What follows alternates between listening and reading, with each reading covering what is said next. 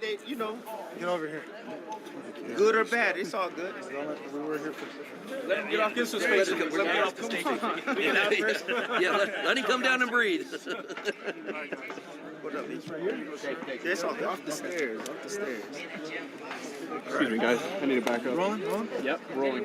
How's it going? Marcos Villegas for FightHype TV, being joined here with Tim Bradley. Tim, we just saw Shakur and Oscar Valdez weigh in. How do they look to you physically, and with what you spoke to them about at the fighter meeting, how are they coming into this? Well, I haven't spoken to them yet at the fighter meeting yet. That's next, actually. Not sure, man. What time is it right now, Rob? I got time? Yeah, you got a little bit. Yeah, but both of them look good. You know, this is the fight of their life right here. This is the biggest fight in both these guys' careers so far.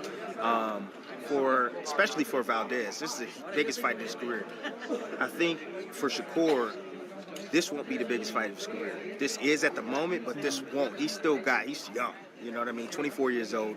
He's still growing. He's still getting better. He's still going to be fighting better competition moving forward and going to different multiple weight classes. But as of right now, this is the fight of their life. Both guys are extremely ready. There's no doubt in my mind both guys are physically ready and probably mentally ready as well. But once you get in that ring, that's when it really starts. In that ring, who's going to be able to make the proper adjustments? Who's going to be able to endure whatever the other guy's doing? Shakur stylistically has this fight, in my opinion. Has this fight because he's a guy that knows how to control distance. And if you look at the Conseil Sal, you can say whatever you want about the fact that he wasn't right mentally, this and that. Still, stylistically, Conseil Sal gave Valdez issues, especially when he was maintaining distance and he was punching him from the outside with straight punches. Well, that's Shakur Stevenson. Shakur can do that all night. He can punch from the outside, you know, and laser in and catch Oscar before he gets to where he wants to get to, and that's close. Oscar has a puncher's chance. That's what he has. That's it, a puncher's chance. 2% chance of winning this fight, in my opinion. Puncher's chance. What if he pressures, though, and he's smart with the pressure and he kind of lulls? He's going to have to.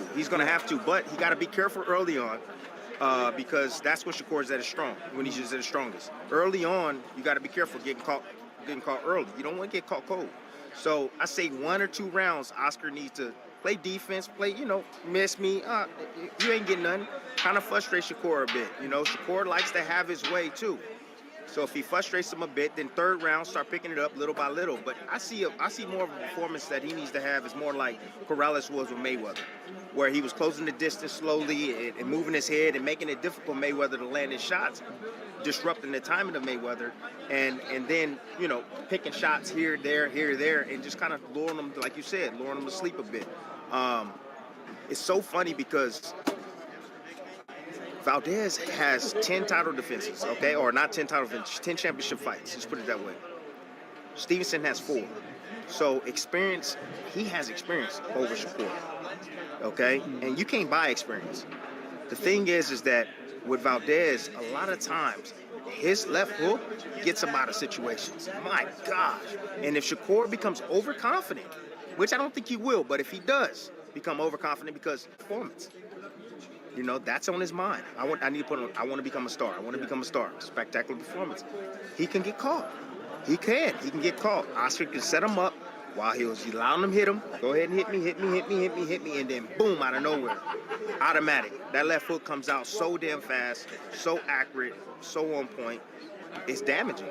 And we don't know how Shakur's going to react. We know how Oscar's going to react. The dude fought with a broken jaw. Come on, bro, for like 10 rounds or so. But we don't know how Shakur's going to react, you know. I mean, we can sit here and say that, hey, he has a dog in him. You know, he can say it all he wants, but when he gets in that situation, how the hell is he going to react? You know, so I don't know.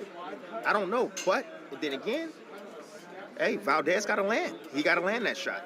Do you think Valdez will put him in a situation that we'll see that, or do you think? I don't know. Given how the fight will play out, it'll be a very dominant performance by Shakur. I don't know. You know, it's going to be adjustment after adjustment. This fight's going to be 2 rounds at a time.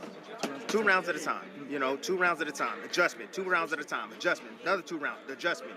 Because both these guys are smart. They have a high ring IQ. They know how to make adjustments. They're Olympians. Okay? You have one that's a medalist, but you have another one that went twice from Mexico. And he's been in there in the ring with some top competition. So he does have that resistance to go along with him.